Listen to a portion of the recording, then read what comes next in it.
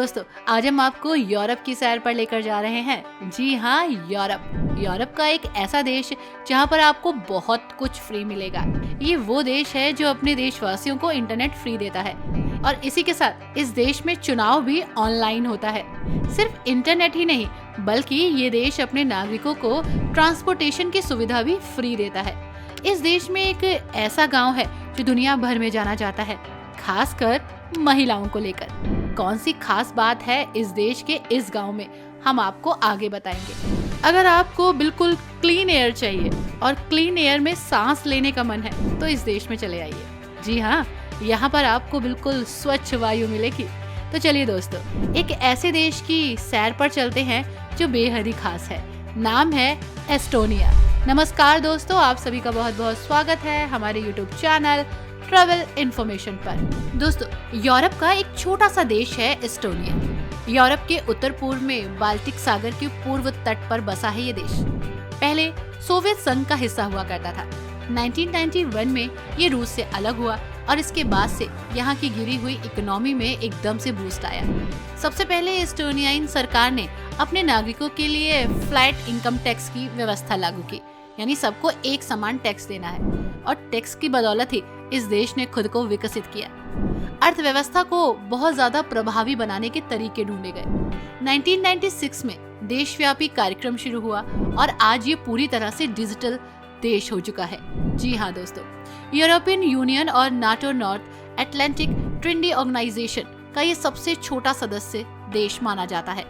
रूस से अलग होने के बाद यहाँ काफी तेजी से आर्थिक सुधार हुए और आज इस देश को यूरोपियन यूनियन के उन देशों में गिना जाता है जहां इकोनॉमिकली बहुत ज्यादा स्ट्रॉन्गनेस है।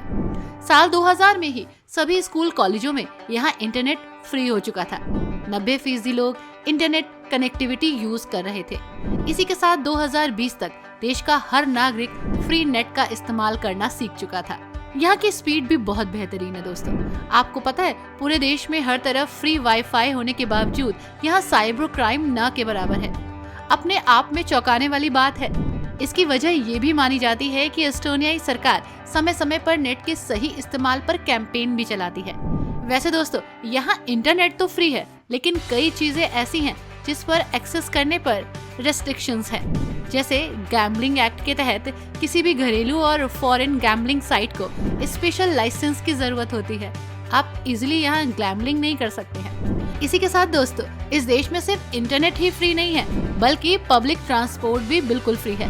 पहली बार देश की राजधानी तालिन के तत्कालीन मेयर ने 2013 में ये फैसला लिया था। इसके पीछे की एक बहुत अच्छी सोच थी।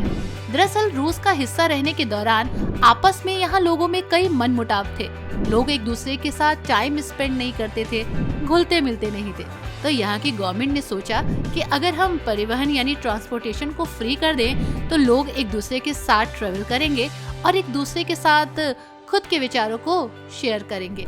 और इसके लिए जनमत हुआ, यानी वोटिंग हुई और लोगों ने इसके फेवर में वोट किया और तब से यहाँ पर ट्रांसपोर्टेशन फ्री हो गया।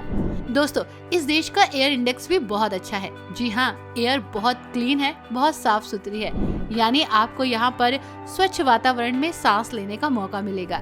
वर्ल्ड हेल्थ ऑर्गेनाइजेशन के आंकड़े बताते हैं कि ये देश चुनिंदा उन देशों में से एक है जहाँ का एटमॉस्फेयर बहुत अच्छा है।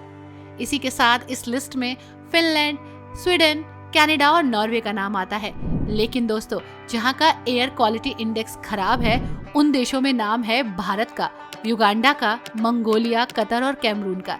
यानी भारत को भी अब इस ओर सोचने की जरूरत है। दोस्तों, एस्टोनिया एकमात्र बाल्टिक देश है जिसकी जड़ें बहुत गहरी है, खासकर अपनी संस्कृति को लेकर। यहाँ पर बहुत सारे द्वीप हैं जो अधिकांश निर्जन है। एस्टोनियाई द्वीप ग्रामीण है, यहाँ का परिवेश ग्रामीण है। जी हाँ, यहाँ पर लोग परंपराओं और रीति रिवाज के साथ रहते हैं। दोस्तों, एस्टोनियाई द्वीपों की अपनी अलग संस्कृति है। यहाँ के लोग गायन, नृत्य, पोशाक और भोजन के लिए जाने जाते हैं। चाहे आप किसी भी द्वीप पर हो, निश्चित रूप से आपको यहाँ पर सी फूड बहुत लजीज मिलेगा। महिलाओं पर काबिलियत पर अगर आप शक करते हैं तो यहाँ के एक गाँव चले जाइए जहाँ पर 90% सिर्फ महिलाएं हैं, क्योंकि यहाँ के पुरुष बाहर काम करने जाते हैं और ये महिलाएं अपने घर के खर्चे से लेकर सारी जिम्मेदारी अकेले उठाती हैं। इस गांव का नाम है किहुनी आइलैंड। जी हाँ, ये एक आइलैंड है। महिलाओं के द्वीप के नाम से भी इसे जाना जाता है। द्वीप का नाम यूनेस्को की intelligible culture heritage of humanity की सूची में शामिल है। इस द्वीप पर करीब 300 लोग रहते हैं, जिसमें महिलाएं ज्यादा हैं। अगर आप इसे full of women empowerment village कहेंगे या आइलैंड कहेंगे तो बिल्कुल सही होगा। इसी के साथ दोस्तों, एस्टोनिया उन देशों में से एक है जहाँ की जनसंख्या दिन ब दिन घट रही है। 2000 की आबादी पर केवल 21 लोग ही जन्म देते हैं, यानी ये लोग अपनी फैमिली को एक्सटेंड करने में, उसे बढ़ाने में कोई दिलचस्पी नहीं रखते। इसके अलावा यहाँ पर आपको कैफेज बहुत मिलेंगे। हर सड़क पर, हर मोड़ पर आपको भर भर के कैफे मिलेंगे और कैफे का अंदर का माहौल बिल्कुल घर जैसा होगा। दोस्तों, ये संसार के सबसे विकसित राष्ट्रों में से एक है। यहाँ की इकोनॉमी और लाइफस्टाइल भी काफी हाई है, इसलिए आप यहाँ पर आ सकते हैं। दोस्तों, आपने आयुष्मान खुराना और भूमि की एक फिल्म देखी होगी, जिस पर आयुष्मान भूमि को कंधे पर लेकर भागता है। जी हाँ, वो यही का खेल है। जी हाँ, इस देश में पत्नी को कंधे पर रखकर दौड़ने का एक बेहतरीन खेल होता है, इसीलिए एस्टोनिया जाना भी जाता है। और इस देश के इस खेल की थीम पर ही इंडिया में आयुष्मान खुराना और भूमि पेडनेकर के बीच ये खेल आपने मूवी में देखा था। जल्दी से कमेंट में उस मूवी का नाम बताइएगा, मैं तो भूल रही हूँ। दोस्तों, इस देश में घूमने की बहुत सारी जगह है, तो सबसे पहले आपको लेकर चलते हैं इस देश की राजधानी में, जिसका नाम है तैलिन। तैलिन वो जगह है जहाँ ज्यादातर लोग जाते हैं। राजधानी होने के साथ साथ ये एक दिलचस्प शहर भी है। दोस्तों, इसका छोटा आकार आपको इस ओर अट्रैक्ट करेगा। मुख्य आकर्षण शहर का मध्ययुगीन हिस्सा है। टावर्स और एक मेहराब के साथ ये बेहतरीन जगह है और आपका स्वागत करती है। आपको मध्ययुगीन थीम पर आधारित कई रेस्टोरेंट्स और बार यहाँ मिल जाएंगे। इसी के साथ आप यहाँ पर म्यूजियम्स को भी एक्सप्लोर कीजिएगा। दोस्तों, ये है पर्नो। पर्नो एस्टोनिया के छुपे हुए रत्नों में से एक है। मध्ययुगीन शहर है ये, जो बाल्टिक सागर पर स्थित है। गर्मियों के दौरान ये बेहतरीन जगह है। पर्नो के बारे में एक अनोखी बात ये है कि यहाँ पर आप मड ट्रीटमेंट ले सकते हैं। जी हाँ, मिट्टी में नहा सकते हैं। ये एक ट्रीटमेंट है जो आपके लिए बहुत ही अच्छा होता है। एक्सपीरियंस भी बहुत खास होता है। दोस्तों, ये है लाहेमा राष्ट्रीय उद्यान। प्रकृति प्रेमियों के लिए स्वर्ग से कम नहीं है।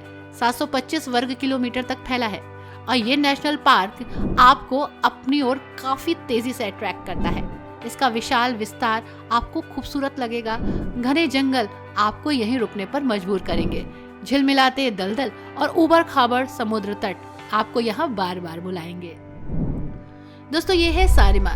एस्टोनिया के सबसे बड़े द्वीप सारिमा के तट पर कदम रखते ही आपको इससे प्यार हो जाएगा।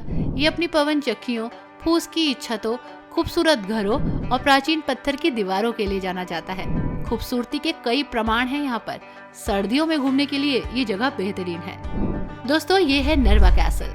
नरवा नदी के तट पर रूसी सीमा की ओर देखते हुए आपको ये कैसल नजर आएगा। ये एक किला है जो अपने भव्य टावरों और मोटी पत्थरों की दीवारों के लिए जाना जाता है। एस्टोनिया में घूमने के लिए सबसे खूबसूरत जगह। इसी के साथ ये आपको इस नेशन की रणनीति, पॉलिटिकल स्ट्रक्चर और इतिहास के बारे में भी जानकारी देगा। अनगिनत लड़ाइयों का साक्षी है ये कैसल।